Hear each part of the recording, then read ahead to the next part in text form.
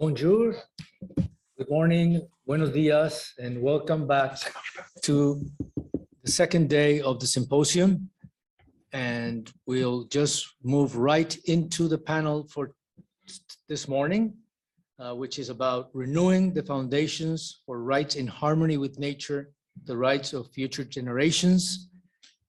With me today, Her Excellency Corinne Lepage, Emily Gaillard, and Stefan Pessina in the room, and in a video presentation, we'll have James May from the United States. My name is Victor Tafur. I am the Associate Executive Governor for the International Council of Environmental Law. And precisely this is one of really our favorite topics. And at the UN in New York, where I'm the delegate, there is a program on harmony with nature since 2009. So it is an official universal concept that continues to evolve, but there are many, many pending questions, and hopefully this panel will address some of that. So without further introductions, let me invite to speak Professor Emily Gaillard, an associate professor in private law at Sciences Po Rennes and head of the risk division of MSSH, Caen, France. She's been working on future generations for a while. Her thesis is about that, and she's teaching and developing this concept. So please go ahead, Emily. Thank you very much. Merci à toutes et à tous pour votre présence. Je suis très heureuse de participer à ce colloque et de vous présenter le cœur de mes travaux sur l'approche transgénérationnelle des droits de l'homme, qui, à mon sens, éclaire de manière différente le monde du droit. Traditionnellement, on estimait que c'était au droit de demain de régir l'avenir. En fait, il n'était de nul besoin de penser à une quelconque protection juridique des générations futures. Et donc, tout notre droit, il faut bien en avoir conscience, s'est construit en totale ignorance de l'avenir. Le professeur Alexandre Chris, bien connu des internationalistes, a bien qualifié que, selon lui, pour les juristes, intégrer les générations futures dans le droit, c'est réaliser une révolution copernicienne. Le professeur Mireille Delmas-Marty estime quant à elle qu'il s'agit d'une rupture anthropologique dans l'approche occidentale du droit. Donc, il faut bien comprendre qu'à la base, nous partons d'une absence totale de repères pour gouverner l'avenir. On a même besoin de mots pour désigner ce rapport, puisque nous ne sommes pas en rapport de réciprocité avec les générations futures. Très rapidement, le droit et les générations futures, à la base, c'est une rencontre impossible. Le droit, il est pour maintenant, pour les vivants, surtout les humains, et cette idée est inscrite au plus profond de l'imaginaire juridique. On peut retrouver des traces dès une ancienne déclaration des droits de l'homme et du citoyen qui n'a jamais été adoptée en 1793, qui a dit clairement, le plus clairement possible, qu'un peuple a toujours le droit de réformer ses lois. Et c'est pour cela qu'on ne voulait pas de droit des générations futures. Aujourd'hui, nous assistons à de profondes transformations dans le champ juridique. C'est un changement de civilisation et nous avons atteint un temps de momentum. Le droit des générations futures est composé de deux pôles. Un premier pôle qui est le droit de la condition humaine, le droit de la condition de l'espèce humaine, et donc c'est tout un autre pôle de ma recherche que je développe sur la question du transhumanisme, et le droit de la protection de l'intégrité de l'environnement. Alors le point de départ pourrait être l'idée de se dire que maintenant que nous mettons en danger l'avenir, que nous avons une emprise sur l'avenir, et que la démocratie ne peut pas se permettre l'irréversibilité, alors nous basculons dans un temps de démocratie qui doit être transgénérationnel. Dans le cadre de ma thèse, j'ai formulé deux principes juridiques fondateurs pour donner du lien à toute cette démocratie. Le principe de non-discrimination temporelle, d'une part, qui signifie que ce n'est pas parce que les générations futures n'existent pas qu'elles n'ont plus de droits. Et le deuxième principe, c'est le principe de dignité des générations futures qui permet de recomposer l'intégralité de l'univers, notamment des droits de l'homme. Alors, penser les droits de l'homme au transgénérationnel, voici ma thèse. Et très rapidement, là-dessus, je vais passer sur la généalogie des droits humains. Traditionnellement, ils viennent de l'État-nation, par le bas. Donc, on a toute la généalogie en droit français, les trois grands textes. Mais il y a eu une transformation lorsque ce concept a été transposé au niveau international, d'abord au niveau de la Déclaration universelle des droits de l'homme, qui est la greffe, puis avec d'autres impulsions, d'autres conventions internationales. On sait qu'il y a une dissémination dans les systèmes régionaux, européens, interaméricains, africains.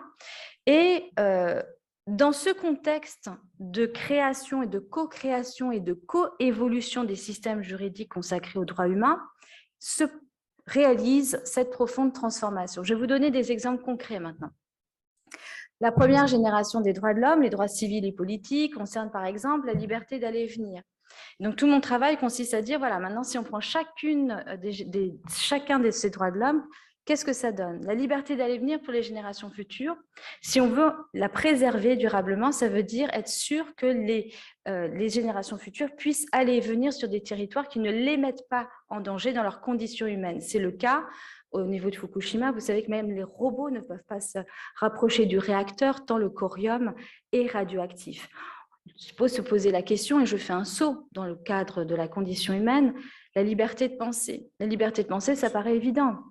C'est juste des menaces politiques jusqu'à présent. Mais aujourd'hui, à l'ère des entreprises comme Neuralink, de la création de puces qui peuvent être intégrées dans nos cerveaux, se pose la question aussi de la liberté de penser des générations futures. Et tout cela se joue aujourd'hui dans un contexte d'accélération très important. La deuxième génération des droits de l'homme, on a traditionnellement pour coutume de dire que ce sont les droits économiques et sociaux. Exemple, le droit à la santé, et en France, c'est le droit à la sécurité sociale. Mais pour les générations futures, ce droit à la santé consiste en un droit d'être protégé dans sa condition biologique telle que être protégé contre les perturbateurs endocriniens. Aujourd'hui, les enfants, les bébés naissent avec plus de 200 résidus de produits chimiques et donc on pourrait estimer que nous devrions mettre en place une politique transgénérationnelle de la santé. Tout ça peut se décliner de multiples manières, que ce soit contre les produits chimiques, mais aussi les menaces psychologiques qui sont également transgénérationnelles. Alors, la troisième génération des droits de l'homme, c'est celle qui nous réunit tous, c'est celle qui reconnaît le droit à l'environnement, le droit à la protection du patrimoine commun de l'humanité. Et tout cela, c'est cette transposition qui a généré ce processus de transformation et de métamorphose des droits fondamentaux, qui recompose complètement le paysage des droits humains et même au-delà des droits humains. Et la quatrième génération des droits de l'homme avait été identifiée par le professeur Marcus Helmons dans les années 80, et je pense qu'on est complètement au cœur de cette question-là. Il avait déjà préfiguré qu'un jour viendra où il faudra protéger la condition humaine des nouvelles technologies. L'interdiction du clonage humain, contre l'eugénisme. Mais aujourd'hui, avec le transhumanisme, toutes ces questions sont profondément renouvelées puisqu'on en est à l'ère de l'augmentation assumée et revendiquée de l'espèce humaine, de la création d'une autre espèce. Alors, il y a eu des projets, différents projets de déclaration universelle des droits de l'homme. Je ne vais pas pouvoir tout le dire, je vais faire des sauts dans le temps. La première, et j'ai eu l'occasion et le plaisir de célébrer leur anniversaire de la déclaration de la Laguna. Vous avez ici la rectrice qui, à l'époque, est à la photo en haut, aux côtés du commandant Cousteau, aux côtés de Karel Vazak, alors directeur du département droits humains, aux côtés du président de l'UNESCO de l'époque, Federico Mayor Saragossa. Et donc, le commandant Cousteau avait impulsé cette idée de reconnaître des droits aux générations futures. Je fais un bond dans le temps parce que bien sûr, il y a beaucoup d'autres choses à dire, mais dernièrement, donc en 2015, et c'est la prochaine présentation, Corinne Lepage m'a fait le plaisir de me recevoir dans son équipe de rédaction et nous avons ensemble rédigé une déclaration qui sera présentée de suite après. Maintenant, comment mettre en œuvre ces droits et devoirs fondamentaux pour les générations futures ? Cette mise en œuvre, elle a déjà eu des germes dans différents niveaux. Au niveau du pouvoir exécutif, législatif, exécutif, et à nouveau, il y a des processus de métamorphose. Au niveau exécutif, il y a déjà eu, à nouveau, grâce au commandant Cousteau, un conseil pour les générations futures qui avait été créé avec le professeur Edith Brown-Weiss. Il y a à l'heure actuelle des conseils des générations futures qui existent à l'échelle municipale, notamment à la mairie de Paris. Au niveau du pouvoir législatif, en Finlande, il y a un comité pour le futur pour représenter les générations futures devant le pouvoir législatif. Il y a également eu à la Knesset un commissaire en ce sens. Au niveau du pouvoir judiciaire, se pose la question des transformations des entités. Aujourd'hui, et je n'ai pas pu mettre la diapositive, Les ombudsman francophones, médiateurs et défenseurs des droits humains ont adopté une déclaration de Monaco en juillet dernier en présence du prince Albert de Monaco pour demander et intimer et lancer un appel aux États pour avoir des pouvoirs pour défendre les générations futures, voire créer ce que l'on appelle un ombudsman des générations futures. Au niveau du pouvoir judiciaire, très rapidement, on pourrait dire qu'une fois qu'on fait cette transformation dans la manière de penser et qu'on conçoit un intérêt général des générations futures, tout notre pan juridique, toutes nos grandes notions du droit peuvent être mis au transgénérationnel. Alors, il y a eu aujourd'hui, si vous regardez un petit peu, on va faire des sauts au niveau géographique. Devant la Cour interaméricaine des droits de l'homme, il y a eu un avis consultatif historique rendu en 2017 sur le fait que l'environnement est aussi à protéger pour les générations futures. Le changement climatique est un droit à un environnement sain et à la fois individuel et collectif pour les générations actuelles et les générations futures. Et dans cette phrase, on a tout ce processus de transformation qui est à l'œuvre. Il faut penser les droits de l'homme de manière complexe, systémique et prospective.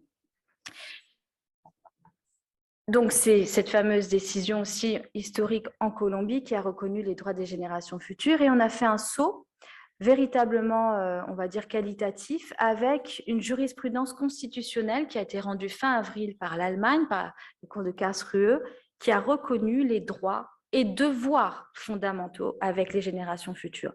Le fait que les devoirs sont fondamentalisés participe aussi de ce processus de transformation parce que ça veut dire que maintenant, le principe de non-discrimination temporelle peut être mis en œuvre. Les générations futures n'existent pas et pourtant, nous avons des devoirs constitutionnellement protégés contre elles. Alors, peut-on agir en justice au nom des générations futures? Nous présenterons demain avec le professeur Forman en conférence de presse notre ouvrage Legal Actions for Future Generations qui est publié dans le cadre de la collection de la chaire Normandie pour la paix. Et maintenant qu'on a parlé de tout cela, où va-t-on? Assurément vers un droit d'anticipation des dommages transgénérationnels et une transformation de toutes les branches du droit. Par exemple, en ce moment, la compliance pourrait se décliner à l'environnemental, c'est-à-dire qu'il y a un processus de mise en conformité systémique en amont, droits de l'homme, environnement, au niveau national et transnational.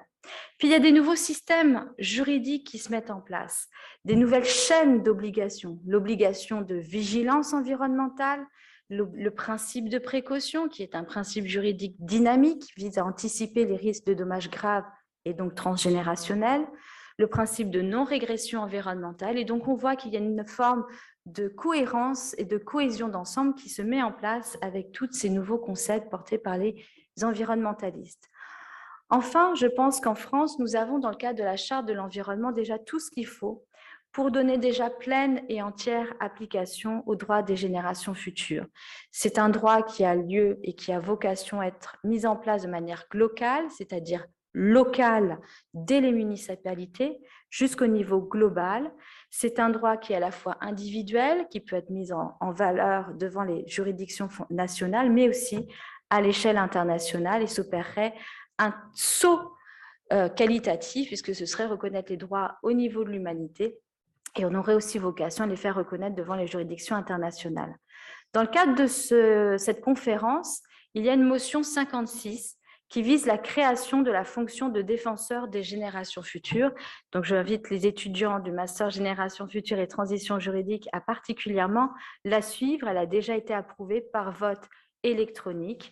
Et donc, on aura beaucoup d'autres choses à discuter ensemble. Mais je dois tenir mon temps. Je vous remercie infiniment.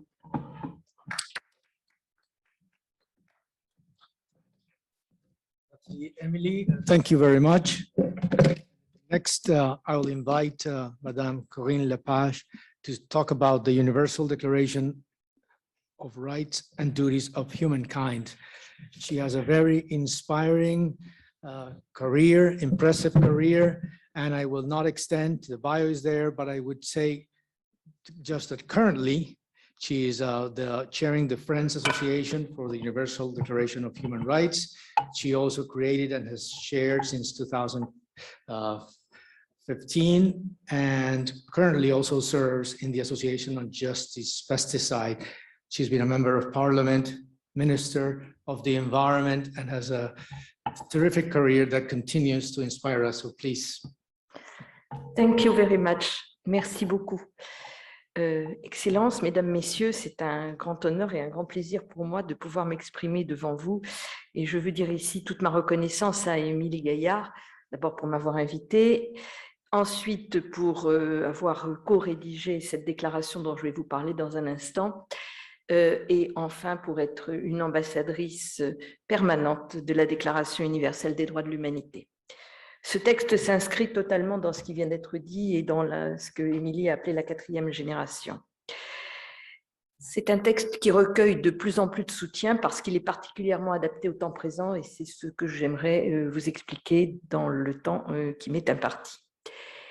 Comme la photographie que vous avez vue tout à l'heure vous l'a montré, c'est un texte qui est né de la volonté du président François Hollande quelques mois avant la COP21, donc nous sommes au début de l'année 2015, ça fait maintenant 6 ans et demi quand même, de disposer d'une déclaration fixant la responsabilité de nos générations au regard des défis majeurs auxquels elles sont confrontées et donc au regard des générations futures. J'ai donc constitué une petite équipe dont Émilie a été un des fers de lance avec des professeurs de l'équipe de Michel Prieur et également des représentants d'ONG et d'autres cultures que la culture française et européenne. Nous avons fait un texte extrêmement simple qui présente plusieurs particularités par rapport à d'autres textes et ce qui explique peut-être qu'il pénètre si bien dans la société civile. Tout d'abord, c'est un texte qui reconnaît des droits et des devoirs. Ce n'est pas fréquent d'avoir une déclaration de droits qui comporte des devoirs, mais nous nous inscrivons totalement, et je dirais par anticipation avec les décisions de Karlsruhe, qui précisément reconnaît les droits et les devoirs. Il repose sur 4 principes. La responsabilité, qui est au cœur de tout. La pérennité du vivant, c'est d'actualité.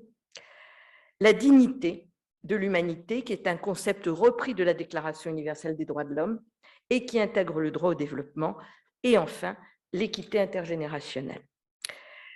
Il ne reprend pas les principes déjà acquis du droit de l'environnement classique, c'est-à-dire l'étude d'impact, le préjudice écologique, la responsabilité environnementale, sachant que 140 ou 130 constitutions dans le monde reconnaissent un droit à un environnement sain et on voit ce qu'il en est fait. Donc, ce n'est pas vraiment ça le sujet. Mais il s'intéresse aux droits et devoirs de l'humanité en considérant l'humanité comme un tout, avec des droits et des devoirs collectifs et individuels au regard du vivant, au regard du climat, au regard du progrès technologique. C'est une des dispositions de la déclaration dont on parle peu, mais qui est essentielle au regard de ce que disait Émilie tout à l'heure, au regard de la paix et au regard de l'éducation. Donc, c'est un texte qui, certes, touche aux questions environnementales, mais touche à la question de l'humanité dans sa globalité. Ce texte, élaboré en 2015, paraît particulièrement adapté aux temps difficiles que nous vivons. Pourquoi ? Tout d'abord, c'est le seul texte partagé aujourd'hui par la société civile, les collectivités territoriales et des organisations internationales qui reconnaissent les droits et les devoirs de l'humanité. Je reviendrai sur ce point dans un instant. Mais à ma connaissance, il n'y a pas d'autre texte qui soit arrivé à focaliser l'intérêt de tous depuis l'individu, y compris des très hautes personnalités, je pense à Ban Ki-moon par exemple, jusqu'à des organisations internationales comme l'Association des parlementaires de la Méditerranée ou d'autres, je reviendrai là-dessus. Les principes de responsabilité, de solidarité, de continuité de l'existence de l'humanité et de non-discrimination sont les bases mêmes sur lesquelles sont fondées l'adaptation et la résilience, indispensables pour répondre aux défis immenses auxquels nous sommes confrontés. Sans responsabilité, sans solidarité, nous n'y arriverons pas, c'est une évidence. Et Émilie a raison de reposer la question de tous les droits fondamentaux que nous avons acquis à la lumière de ces enjeux auxquels nous sommes confrontés. Le droit de vivre dans un environnement sain, écologiquement soutenable pour l'humanité comme pour l'ensemble des espèces vivantes, sans que nous soyons allés jusqu'à reconnaître la personnalité morale de la nature, ce qui posait toute une série de questions de droit, mais il faudra bien y venir de toute façon, nous avons voulu reconnaître les droits du vivant en tant que tel, indépendamment des droits de l'humanité. C'est une reconnaissance explicite des droits de la nature. Or, ce droit est plus que jamais indispensable et ne peut avoir comme pendant que l'obligation qui nous est faite de permettre précisément l'exercice de ce droit. Enfin, le progrès scientifique et technique doit être orienté vers la préservation de la santé et de l'espèce humaine et des autres espèces, de même que la pérennité de la vie sur Terre passe par la préservation des équilibres climatiques et écologiques. Ce sera l'objet des travaux de l'UICN cette semaine à Marseille. Nous avons donc au sein de la Déclaration universelle des droits de l'humanité ces principes auxquels s'ajoute l'accès aux ressources et aux biens communs pour les générations présentes comme leur transmission pour les générations futures, qui sont donc des droits, mais aussi des devoirs pour l'humanité représentée par les générations présentes.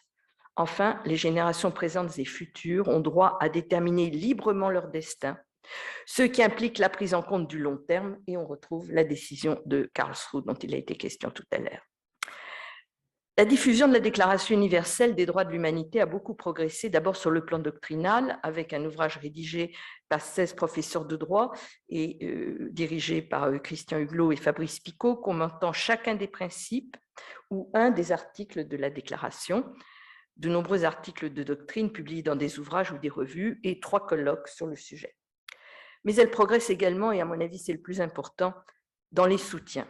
Soutien d'abord des grandes villes qui ont adhéré individuellement, comme Strasbourg, Paris, Madrid, Copenhague, Philadelphie, pour ne citer que les plus grandes, mais surtout par le soutien aujourd'hui extrêmement actif d'une organisation qui s'appelle CGLU, UGCL en anglais, Cités et Groupements Locaux Unis, qui regroupe 240 000 villes dans le monde, c'est-à-dire 5,7 milliards de gens. Nous avons signé à Durban, il y a maintenant presque 2 ans, c'était en novembre 2019, très solennellement l'adhésion de CGLU à la Déclaration universelle des droits de l'humanité, et ce document fait partie désormais intégralement de la stratégie de CGLU au niveau planétaire, c'est-à-dire diffusé dans toutes les régions du monde, avec les antennes régionales dont cette organisation dispose. Donc c'est un instrument extrêmement intéressant parce que c'est un texte qui monte, je dirais, par la base, et c'est la meilleure manière de convaincre nos cotériens, si je puis dire, et de convaincre par la base toutes les personnes qui sont confrontées, parce que nous avons, nous les humains, le même problème partout dans le monde. Il n'y a pas que cette organisation, nous avons également signé une convention avec l'Association internationale des maires francophones et avec l'Association des parlementaires de la Méditerranée dont je parlais tout à l'heure. Soutien des barreaux, je ne parle pas du barreau français qui est unanime, mais nous avons plus d'une trentaine de barreaux dans le monde, plus la CCBE qui est les barreaux européens, qui ont adhéré à la déclaration et la soutiennent très activement. Des universités françaises, italiennes, américaines ont rejoint la démarche, ainsi que la chaire internationale ETI, et nous regroupons désormais les 80 maisons de la francophonie qui viennent de signer un partenariat et dont les responsables vont devenir des ambassadeurs de la Déclaration universelle des droits de l'humanité. Nous avons aujourd'hui plus de 80 ambassadeurs dans le monde. Enfin, une cinquantaine d'ONG ont signé, depuis des ONG de nature extrêmement différente, bien entendu, qui s'intéressent à l'environnement et au climat, mais pas que. Ce qui s'intéresse également aux droits humains, je pense à WICF par exemple. Et parmi ces ONG, 8 sont reconnues au niveau de l'ECOSOC, ce qui donc nous donne un accès qui est tout à fait intéressant. Et puis, de très nombreuses personnalités nous ont fait l'honneur de nous soutenir. Ban Ki-moon, Jérémy Rifkin, Edgar Morin, pour n'en citer que quelques-uns, de très nombreux universitaires et intellectuels.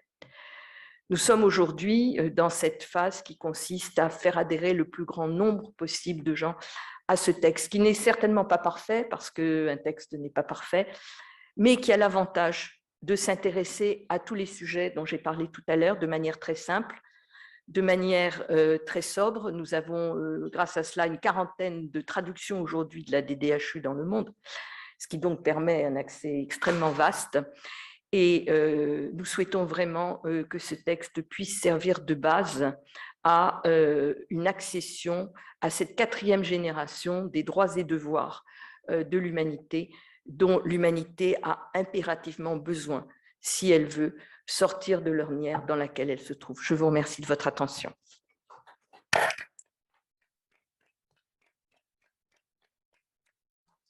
See, and now we will hear a talk by Professor James May.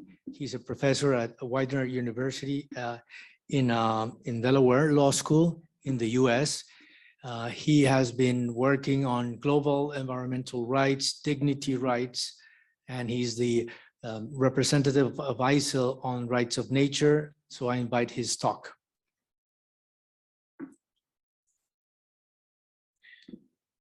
So good morning, everyone. Bon matin, tout le monde. Sorry I can't be there. It's really a pleasure and an honor to be a part of this program. Congratulations on this great international symposium for peace with nature. My job is to provide an overview of the law of nature rights in about 9 minutes. So my remarks are divided into just 5 different pieces. The first is about international law, second about national constitutions, third, national legislation, fourth, developments at the subnational level, and then a couple of cases.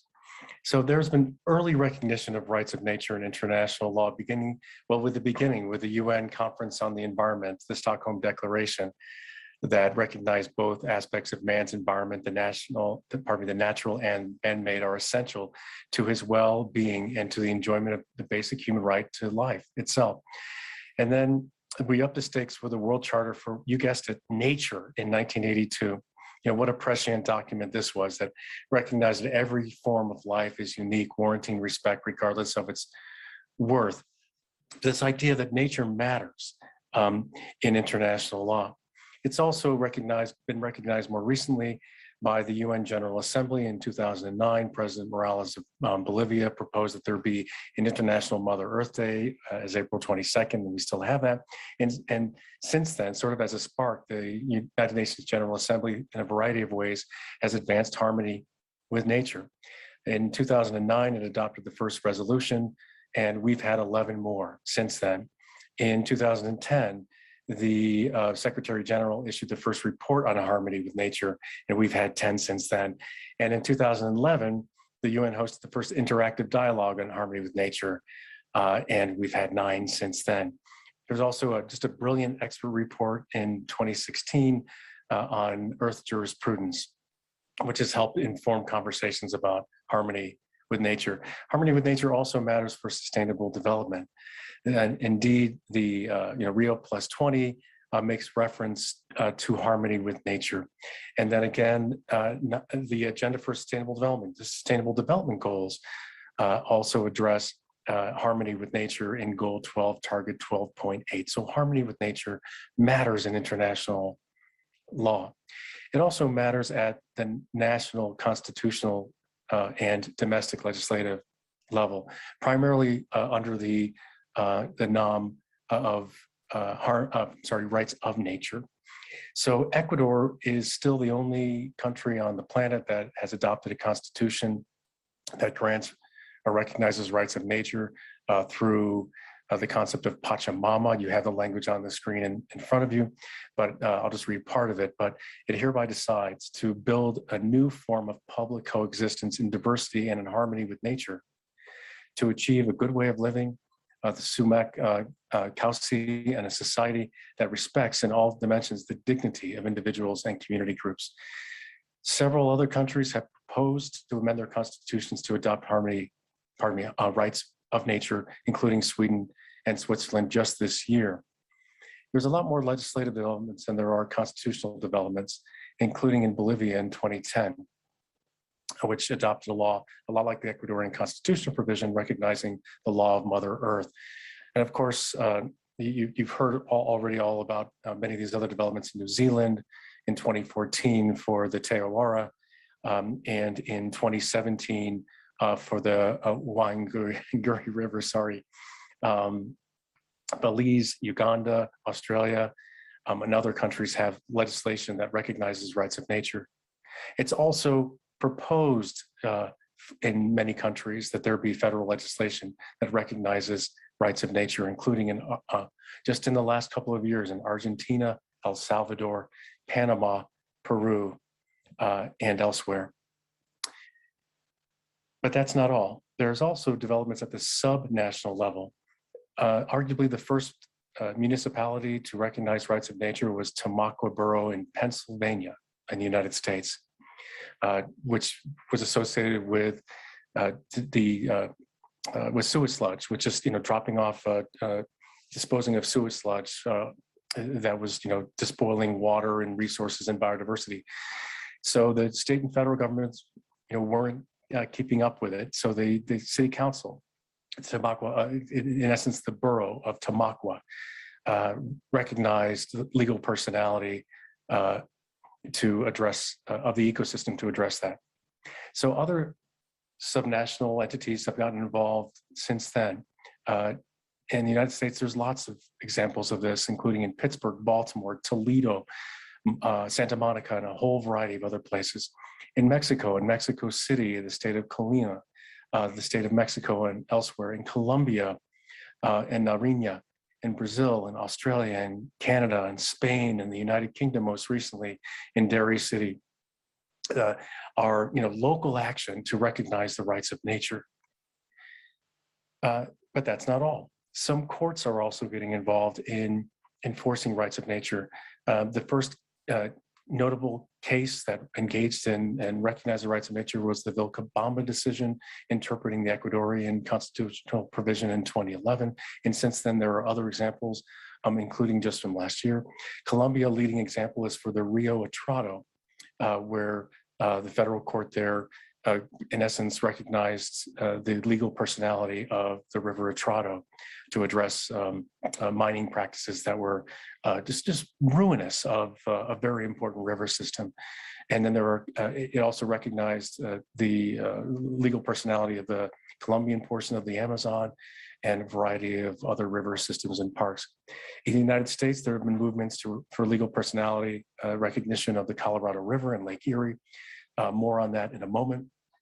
There are also notable cases out of India that have also recognized the legal personality of the Ganges River, and the Yamuna River and glaciers and associated entities, all which, by the way, have been reversed by the Supreme Court of India. Bangladeshi courts in Bangladesh have also recognized various rivers as living entities. We see cases likewise coming out of Brazil and Guatemala and elsewhere that just are open and then engaging this idea that nature has rights. Let me just close with two quick cases. Now, these are both from the United States, but it shows the challenges of what I just said, that nature has rights. One is about the Colorado River, which is the 7th largest river system in the United States and provides fresh water to about 60 million people in the southwest and western part of the country. Well, there's a lawsuit filed in federal court to recognize the Colorado River, to grant it legal personality in 2017.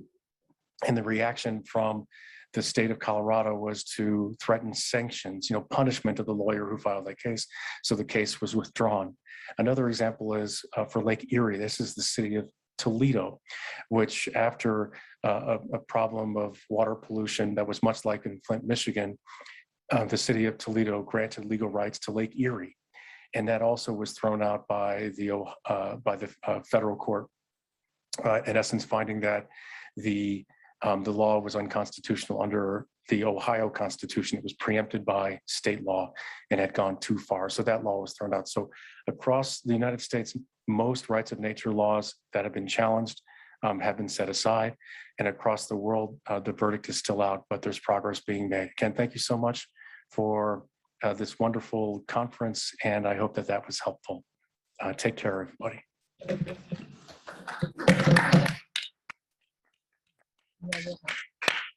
So to close this panel, I'll invite last but not least our colleague Stefan Pessina to talk about a legal methodologic approach to the rights of nature.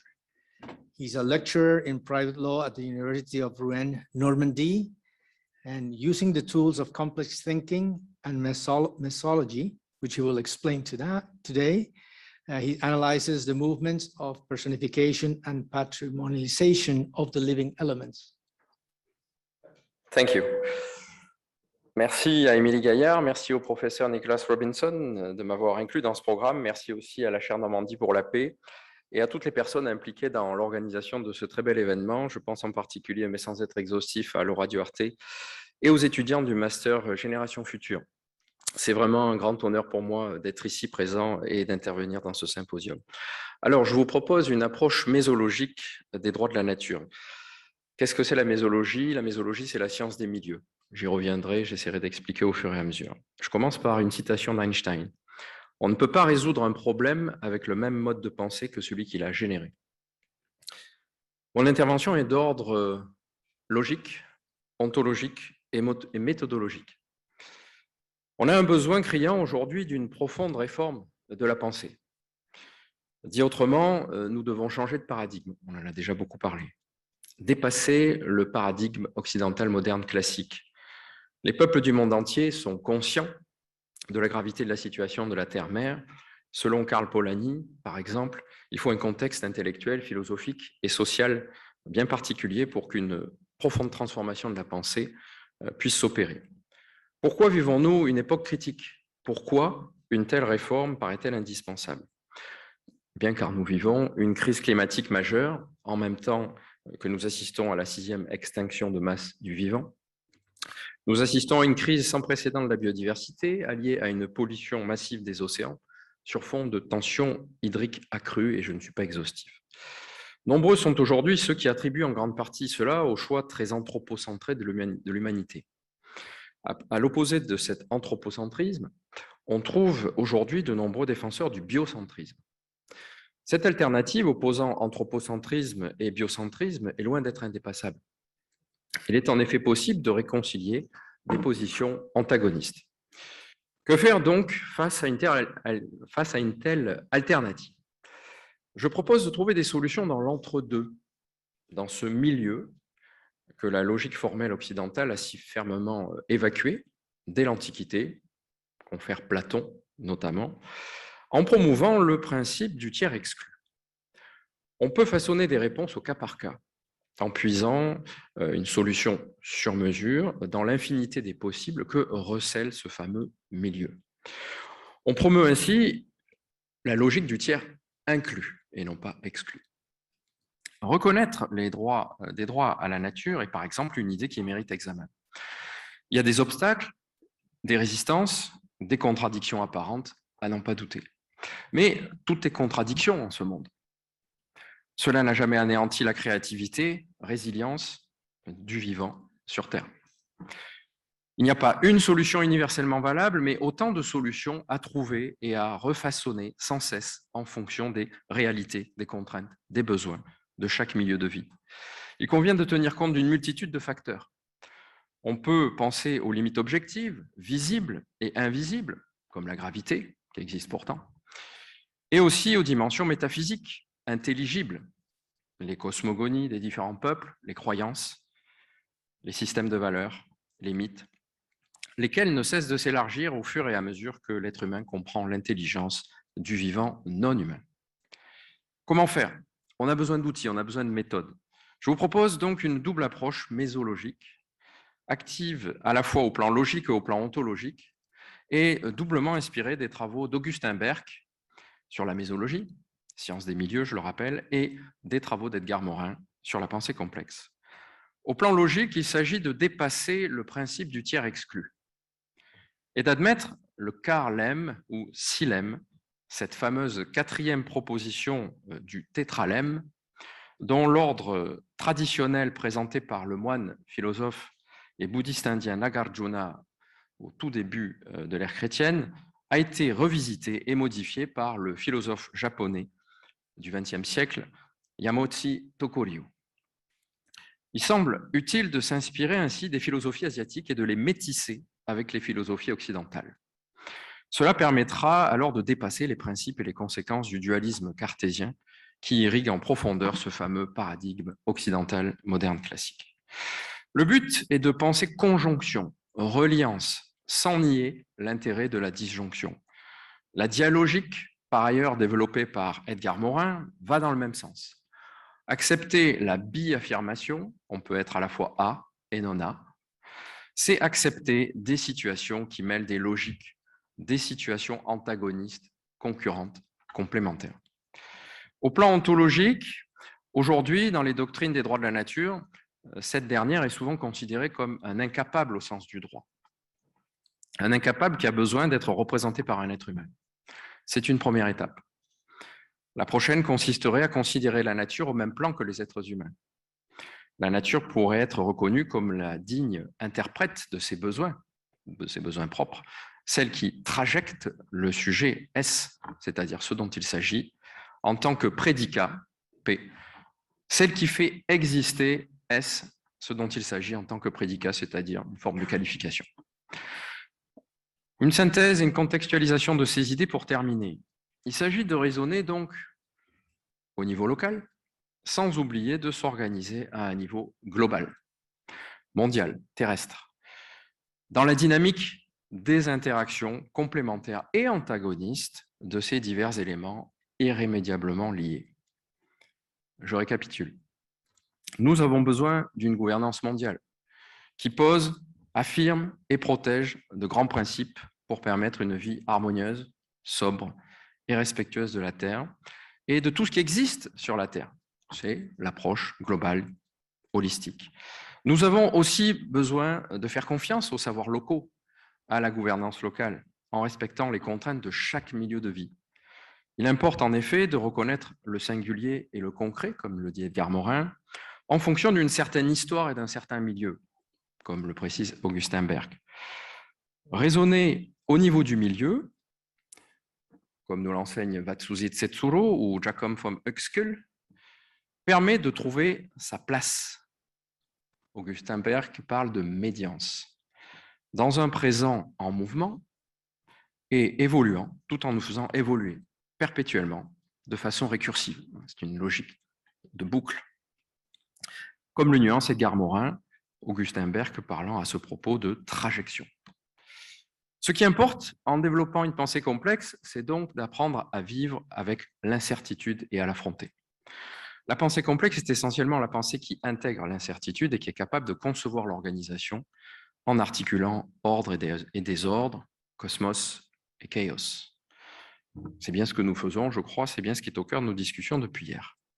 Considérer que n'importe quelle entité de la nature puisse être l'interprète I du sujet S, c'est-à-dire ce dont il s'agit, ce qui peut l'intéresser, c'est-à-dire donc ce qui peuple son milieu de vie, qu'elle qualifie, qu'elle fait exister, qu'elle trajecte à sa façon en un prédicat P, concret, tout cela va nécessairement faire naître des hypothèses dialogiques.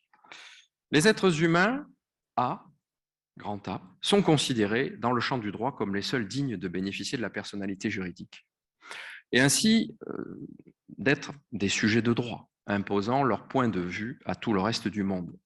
Tout le reste du monde, c'est non-A, en logique. Le monde des objets, des êtres non humains, c'est-à-dire des choses dans le vocabulaire juridique. Plutôt que de privilégier toujours les êtres humains, il s'agirait d'admettre que A et non-A, ces deux dimensions d'une réalité toujours contingente, doivent être reliées, jointes et croître ensemble. Augustin Berg parle de concrescence, croître ensemble. Car même si elles sont distinctes, ces deux dimensions, et elles le sont, elles sont aussi irrémédiablement liées et autant nécessaires l'une que l'autre. Selon Edgar Morin, A et non-A sont indissociables et indispensables pour comprendre une même réalité. Le problème est d'unir des notions antagonistes pour penser les processus organisateurs et créateurs dans le monde complexe de la vie et de l'histoire humaine. L'être humain, à la fois, est la nature et n'est pas la nature. Il est à la fois A et non-A. En effet, il s'en distingue du fait de sa singularité, mais celle-ci n'est que relative car il en est aussi une partie. Et puisqu'il en fait précisément partie, il est aussi la nature. C'est cette dialogique qui doit nous animer pour comprendre les problèmes du monde, se recosmiser, se renaturer, afin de mieux respecter les générations présentes et futures. Et j'en termine ainsi. Si les droits sont de plus en plus reconnus, si des droits sont de plus en plus reconnus à la nature, il faut admettre que la notion de génération future vaut pour tous ces êtres qui peuplent la Terre et pas seulement pour les êtres humains. Enfin, nous serons en mesure de faire la paix avec la Terre. Peace with the earth. Merci. Thank you very much, Stefan, for the explanation, and straight to a couple questions that I think we've received from the audience. Yeah. And somebody I think is going to come to read them, and there may be some question from the audience here. So let's start with the questions that were posed through the web. Is somebody coming? Alors, donc il y a une question pour Madame Gaillard. Comment concilier protection des générations futures et progrès scientifique et technique? Comment trouver le bon équilibre? Justement, en recourant à l'application du principe de précaution, puisque le principe de précaution permet... Vous m'entendez, c'est bon? Le principe de précaution permet justement d'ouvrir les imaginaires dès le stade du niveau 0 de connaissance à l'idée que peut-être il y aurait un risque. Et donc, il faut déjà anticiper les financements d'études, par exemple épidémiologiques, sur la création d'un nouveau procédé, d'une nouvelle technique. On peut tout à fait développer les deux, ça peut aller de pair. D'ailleurs, on l'a formulé dans un principe de la Déclaration universelle des droits de l'humanité également, en disant aussi que le progrès technique doit aller de pair avec la protection de l'intérêt actuel et aussi des générations futures. Car le progrès aujourd'hui connaît aussi des risques de dérivés de déviance. Cet autre projet que j'ai mentionné tout à l'heure, je viens de l'envoyer hier, un rapport de 300 pages, des annexes de 200 pages au ministère de la Justice avec Amandine Cayol. Nous avons coordonné une recherche de 2 ans et demi sur transhumanisme et droit, et on montre les dérives actuelles, que ce soit dans la médecine améliorative, que ce soit dans la médecine augmentative, que ce soit dans les recherches de régénération et aussi de transformation de l'espèce humaine, se jouent aujourd'hui des questions véritablement majeures. Donc oui, on peut avoir du développement, mais il faut aussi qu'aujourd'hui, on pose des jalons juridiques pour protéger notre condition humaine qui se joue aujourd'hui. There's another question for Madame Lepage. If not, please. Thank you very much. I'm Alan Ware. The question I have is whether the panel can give some consideration and explanation of the relative legal weight that's been developed for the precautionary principle and compared with the Lotus principle, because they seem to be diametrically opposed to each other. Like the Lotus principle is that one which is not expressly prohibited in international law is permitted, and that comes from the Lotus case. The precautionary principle is basically the opposite of that, saying, you know, and you basically have to prove that there is not damage in order to undertake an action. So it's quite opposite. So my question is the precautionary principle developing more legal weight to actually rule out the Lotus principle in international law? Are they coming head to head in any court cases?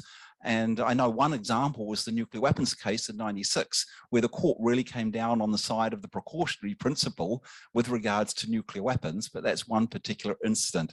Do you have any other examples of those competing principles in international law? And of course, for those of us who are interested in protecting the rights of future generations, the precautionary principle should rule out over the Lotus principle. Thank you. Je peux répondre aussi là-dessus. Ce principe de précaution, c'est un principe d'anticipation avant même le principe de prévention. Et ça génère cette fameuse obligation de vigilance, obligation de vigilance environnementale et sanitaire. Alors, je vais le présenter autrement. Le principe de précaution, il est souvent mal compris parce que, surtout en français, on entend précautionneux. Mais en fait, c'est un droit qui renforce la vigilance parce que précisément la gravité des risques encourus est telle qu'elle demande de renforcer cette vigilance. Alors au niveau des juridictions internationales, il y a le tribunal international des droits de la mer qui a reconnu l'approche de précaution. Pour l'instant, les juridictions européennes sont l'ont pas encore formulé comme principe général, mais c'est dans les textes. C'est déjà pour moi du droit international coutumier, ce principe de précaution. Et dans beaucoup de constitutions, le fait de reconnaître le droit à un environnement sain, ça va de pair et ça fait système avec ce principe de précaution. Donc oui, j'aurais beaucoup de choses à dire encore, mais peut-être que Corinne voudrait en parler. Juste un mot de complément de ce que Émilie vient de dire. Les panels de l'OMC l'ont reconnu, pas forcément pour l'appliquer, mais l'ont reconnu. Et au niveau communautaire, vous avez quand même une très abondante jurisprudence sur les pesticides. Notamment, je vous renvoie à un arrêt du 1er octobre 2020 de la Cour de justice de l'Union européenne, qui détaille très longuement la manière dont le principe de précaution doit s'appliquer sur le règlement de 2009 qui concerne les pesticides. Voilà, et sur les autres jurisprudences, je n'ai pas une connaissance universelle, bien entendu, mais poursuivre beaucoup la jurisprudence sur ce sujet-là, sur le sujet de la santé environnementale. Vous avez maintenant beaucoup de décisions dans le monde qui se réfèrent au principe de précaution. Alors, je ne peux pas vous assurer que ce soit au niveau constitutionnel. D'abord, je suis pas assez savante pour l'affirmer, mais je peux vous dire en tout cas que c'est une référence. Mais là, Émilie a raison, le principe de précaution, ça n'a jamais été d'interdire de faire quelque chose. Le principe de précaution est avant tout un principe de recherche scientifique, c'est-à-dire que vous ne pouvez pas vous engager dans quelque chose en faisant l'impasse des effets négatifs que ce que vous faites pourrait avoir. Et donc, ça rejoint l'obligation de vigilance qui maintenant est quelque chose qui se développe de manière extrêmement active. Et je vous renvoie là-dessus, parce que je ne peux pas être trop longue, à l'importance que cela prend au niveau européen avec l'évolution de la taxonomie et des règles de responsabilité sociale et environnementale, des reportings extra-financiers, etc., qui aboutissent en fait à la sécurité juridique et à la responsabilité des entreprises. Donc, en réalité, on va y arriver par l'autre côté, si je puis dire. C'est-à-dire non pas tant une obligation de faire avant qu'un risque d'être sanctionné après si on ne l'a pas fait avant. Enfin, je ne sais pas si je suis claire dans ce que je raconte, mais voilà. Parler. Je rajouterais que le temps vraiment de désynchronisation, c'est le droit international de l'environnement qui arrive assez à maturation, tout ce qui est environnement, constitution, et de l'autre côté, le droit international économique qui a créé son propre autosystème de son côté. Là, il y a risque de choc frontal, d'où le rôle décisif du traité actuellement en négociation à l'ONU sur la responsabilité des multinationales. Il y a vraiment un besoin de mettre en valeur supérieure la protection des droits humains au long terme. Je crois qu'Antonio. Me? Yeah, okay. Please. Good morning. I'm Antonio Benjamin from Brazil. I don't have a question, I have a comment, and then a challenge to the three speakers. When we discuss rights of nature and the change in the subjective legal paradigm, who is a sujet de droit, we can have this discussion on two levels. We can have on the legal theory. That's what we are doing here with a philosophical component. And then we can have it on the pragmatic perspective. What are the benefits? So judges are not very enthusiastic about what we are discussing here because they cannot see the benefits, the concrete benefits.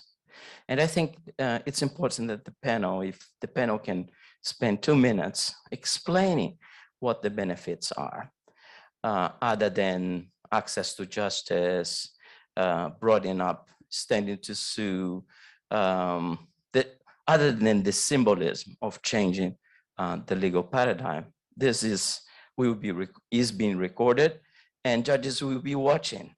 So I think it will be important to go beyond the philosophical and legal discussion, the conceptual, the theory, and explain why this matters. It does matter, but I think it's important that the panel address that.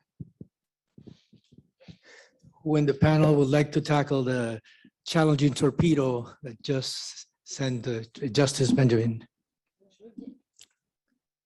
Je veux bien essayer de commencer à répondre à la question. Le sujet dont nous parlons, il est effectivement éminemment éthique et philosophique. Il n'empêche qu'il a une dimension économique considérable. Les services écosystémiques qui sont rendus par la nature à l'humanité sont immenses. Et je ne les énumérerai pas, de toute façon, vous les connaissez mieux que moi. Mais il est clair qu'aujourd'hui, vous avez beaucoup d'études qui mettent en lumière les coûts de l'abstention en matière de biodiversité, comme le Stern, le professeur Lord Stern l'avait fait en 2007 ou 2008 pour les coûts de l'abstention en matière climatique. Et j'ai été très frappée en lisant les rapports qui ont été préparés à l'occasion de la COP 15, notamment au niveau du Parlement européen, des évaluations qui sont faites et des coûts, des avantages économiques qui seraient retirés du monde de l'assurance, par exemple, du monde pharmaceutique, du monde agricole, dans une politique complètement différente à l'égard non seulement de la préservation, mais de la restauration de la nature. Et donc, c'est un premier élément. Le deuxième, je pense qu'on le trouve dans le Covid. Pourquoi est-ce qu'on le trouve dans le Covid? Tout simplement parce qu'il est très clair qu'il y a un lien entre la destruction de la biodiversité, le développement des zoonoses et les développements des épidémies. Et ça, il y a beaucoup d'humains qui l'ont compris quand même. Peut-être pas au niveau de l'impression qu'ont donné les méga-feux, mais au moins au niveau il y a un risque majeur de pandémie qui va se développer. Et quand on lit un certain nombre de rapports qui ont été faits, notamment dans le cadre de la préparation du congrès UICN qui commence aujourd'hui, on voit bien que ce sujet des pandémies est un sujet tout à fait lié à la biodiversité. Autrement dit, faire comprendre qu'on ne peut pas traiter climat, santé et biodiversité de manière séparée en silos, mais qu'on est obligé de les lier, est à mon avis la manière la plus efficace d'expliquer l'intérêt qu'il y a à défendre la biodiversité. C'est l'objet du rapport commun GIEC-IPBES qui est sorti il y a quelques mois. Voilà, c'est un début de réponse modeste. Je vais essayer de répondre très rapidement parce que sinon on va se faire tuer par la régie. En fait, c'est une transformation de civilisation. Donc, ça veut dire que tout est transformé. La démocratie est transgénérationnelle, puis si vous ne parlez pas de démocratie, on va parler de civilisation peut-être écologique. Tous les mécanismes de mise en œuvre sont à transformer, que ce soit l'exécutif qui peut avoir un défenseur, que ce soit le législatif. On pourrait imaginer un conseil constitutionnel qui censure pour inconstitutionnalité une loi qui ne préserve pas le long terme ou qui ne respecte pas le principe de précaution. Et au niveau législatif, c'est les juridictions, les décisions que l'on a vues. Donc, je n'ai pas cité la Fertonio-Posa, mais c'est la matrice, la reconnaissance d'un arrêt d'une déforestation aussi au nom des générations futures. Donc, ça veut dire qu'on pourrait donner le pouvoir aux juges de donner des décisions de justice justement au profit d'un intérêt supérieur commun qui est la pérennité de l'humanité. Et puis, cette transformation, comme j'ai dit tout à l'heure, elle est systémique et transformatrice, c'est-à-dire que la notion même d'intérêt général devient un intérêt général transgénérationnel. Vous prenez n'importe quel concept, le concept de sécurité. Si on parle de sécurité au transgénérationnel, ça va parler aussi dans le domaine de la défense, et ainsi de suite. Donc, en fait, c'est revoir en 3D l'intégralité de ce qui nous fait vivre ensemble. Oui, juste quelques mots aussi. Pour répondre à votre question, pourquoi reconnaître des droits à la nature, très concrètement, mais c'est pour éviter de continuer à se suicider. C'est pour éviter les pandémies, les zoonoses, c'est pour éviter la montée des eaux, les chaleurs insupportables qu'on a connues avec tous ces feux dans le monde cet été. Enfin, il y a des exemples multiples et qui ne cessent de se développer tous les jours, qui démontrent l'intérêt de changer profondément de paradigme et d'admettre que l'être humain est intégré à la nature. Ce n'est pas nier l'humanité que d'admettre que l'être humain fait partie de la nature. Et donc, il y a un besoin de respect accru, puisque la nature, c'est nous-mêmes. En fait, on se respecte nous-mêmes en reconnaissant des droits à la nature. Let me close by thanking the panelists for their explanation and taking on the questions. Thank you very much, and we'll move on to the next panel. Thank you.